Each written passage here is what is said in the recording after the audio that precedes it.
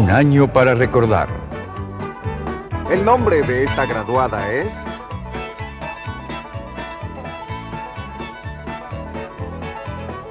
Dolly Parton. El 64 fue importante para el movimiento de los derechos civiles. Fue una época que muchos llamaron verano de libertad.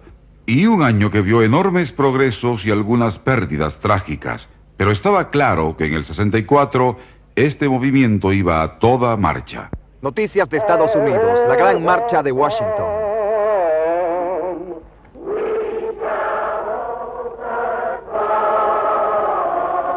Apenas un año antes, la histórica marcha hacia Washington llevó a miles de personas a la capital norteamericana. El doctor Martin Luther King pronunció su histórico discurso, Tengo un sueño.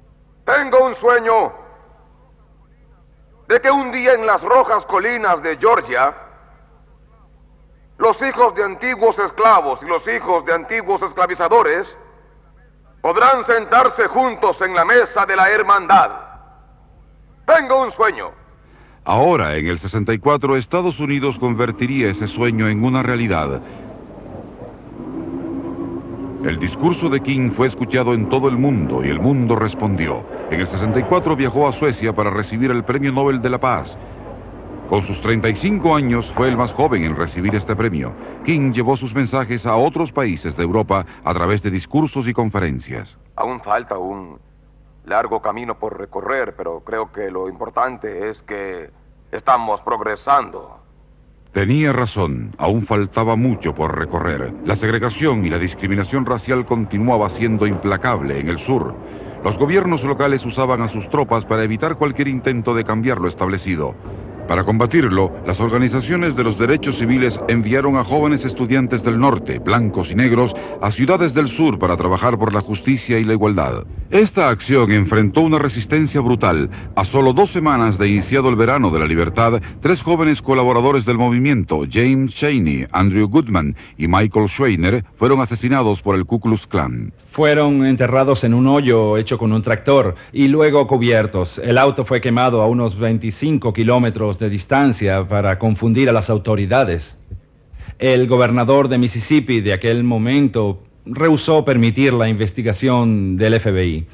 El Departamento de Justicia, a través de un juicio federal, finalmente encontró a 18 acusados culpables de los asesinatos de los 3 jóvenes del movimiento. Un mes después, en Washington, senadores y dignatarios presenciaron uno de los mayores progresos de la justicia racial, la firma del Acta de los Derechos Civiles del 64. El senador Hubert Humphrey fue uno de los autores del acta y su éxito contribuyó a llevarlo ese año hasta la vicepresidencia. El acta había sido redactada cuando Kennedy, pero necesitó de la acción política de Johnson para aprobarla. Esta acta de los derechos civiles es un reto para todos, para ir a trabajar en nuestras comunidades y estados, en nuestros hogares y corazones, para eliminar los últimos vestigios de injusticia en nuestro querido país. La firma de Johnson causó cambios drásticos.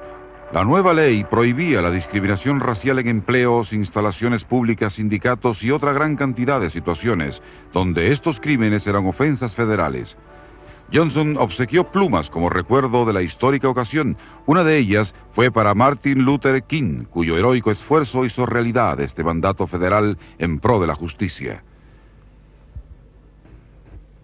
El movimiento de los derechos civiles reflejó los cambios y las crisis que enfrentaría la cultura norteamericana en los años venideros. Estados Unidos no estaba solo en esta transición. Los cambios estaban en el aire desde las nuevas naciones que nacían hasta los países del mundo desarrollado. Noticias del mundo. Otra victoria para la democracia en Venezuela. Juramentado nuevo presidente. En Venezuela, después de más de un siglo de dictaduras, los venezolanos presenciaron la primera transferencia pacífica de poder en toda su historia.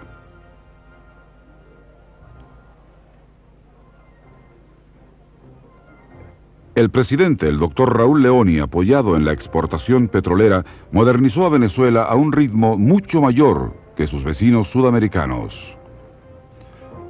Panamá fue escenario de protestas antiestadounidenses en la zona del canal, con saldo de 23 muertos y 350 heridos. Panamá rompe relaciones diplomáticas con Estados Unidos, pero el presidente Johnson accede a posibles modificaciones del Tratado del Canal. Se restablecen los lazos diplomáticos, aunque el conflicto permaneció sin resolverse por años. El mundo llora a Nehru. El 27 de mayo, la India queda en penumbra. Jawaharlal Nehru, el primer ministro de la India, muere de un ataque al corazón. Se declaran 12 días de luto. Todas las actividades se paralizan. En Bombay, la multitud se arrojaba a los autobuses hasta que estos se detenían. Los pobladores buscaban su conexión personal con el hombre que llamaban Mabá. Su mayor doliente, su hija Indira Gandhi, se convirtió pronto en una de las primeras mujeres primer ministro del mundo y guió a su país en las siguientes 2 décadas. La muerte de Nehru marca el fin de la primera generación de líderes independientes de la India. El hombre que aplicaba en forma práctica las enseñanzas de Gandhi ya no es más el padre de la India independiente. Los hombres de paz del mundo entero han perdido una inspiración con la muerte de Jawaharlal Nehru.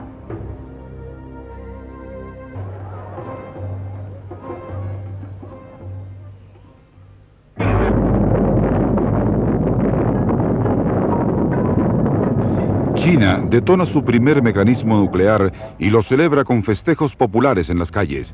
La proliferación nuclear fue un profundo temor de los 60. China sería la 5ª potencia mundial en desarrollar armas atómicas. En Moscú, el líder del mundo comunista, Nikita Khrushchev, es derrocado por votación unánime de los miembros del Comité Central mientras estaba de vacaciones en el Mar Negro.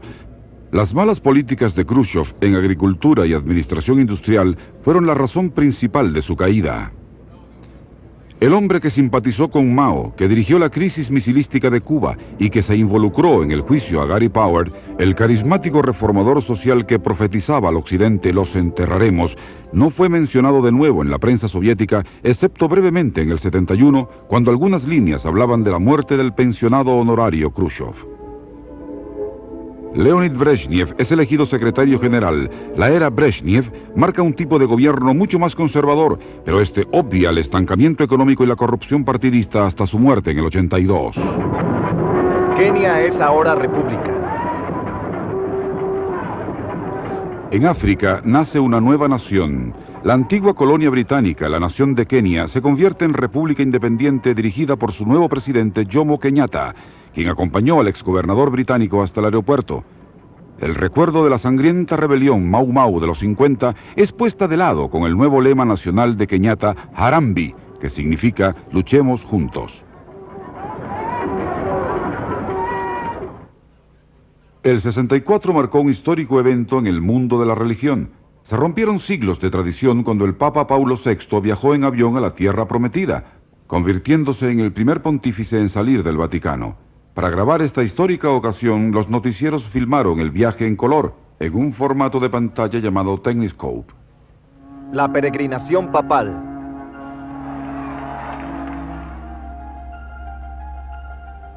Hasta el día de hoy, nadie se habría imaginado que este avión comercial tendría como pasajero a Su Majestad rumbo a la Tierra Prometida. Es el primer papa en volar, y en el aeropuerto, además de los feligreses, las religiosas le desean un buen viaje. El Papa viaja a Jordania para ver al rey Hussein, a Jerusalén, a Nazaret y a Belén, donde se reúne con un sacerdote líder de 200.000 cristianos ortodoxos en el primer contacto entre estas dos iglesias divididas por más de 500 años.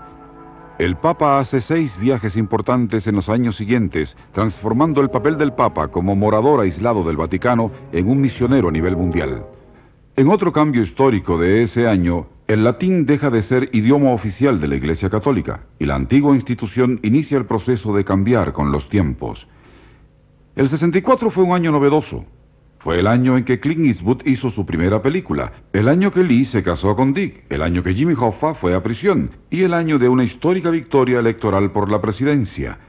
Volveremos con más del 64, un año para recordar en un momento. Hola, soy Janet Lee. Vote y elegirá usted. No vote y elegirán ellos. Su voto puede ser la diferencia. Una diferencia de pocos votos puede decidir una elección. Vote y elegirá usted. No vote y elegirán ellos. Su voto puede ser la diferencia. 1964, un año para recordar. Esperamos te haya gustado nuestro video. No olvides suscribirte, comentar o seguirnos por nuestras otras redes sociales. Muchas gracias y hasta el próximo video.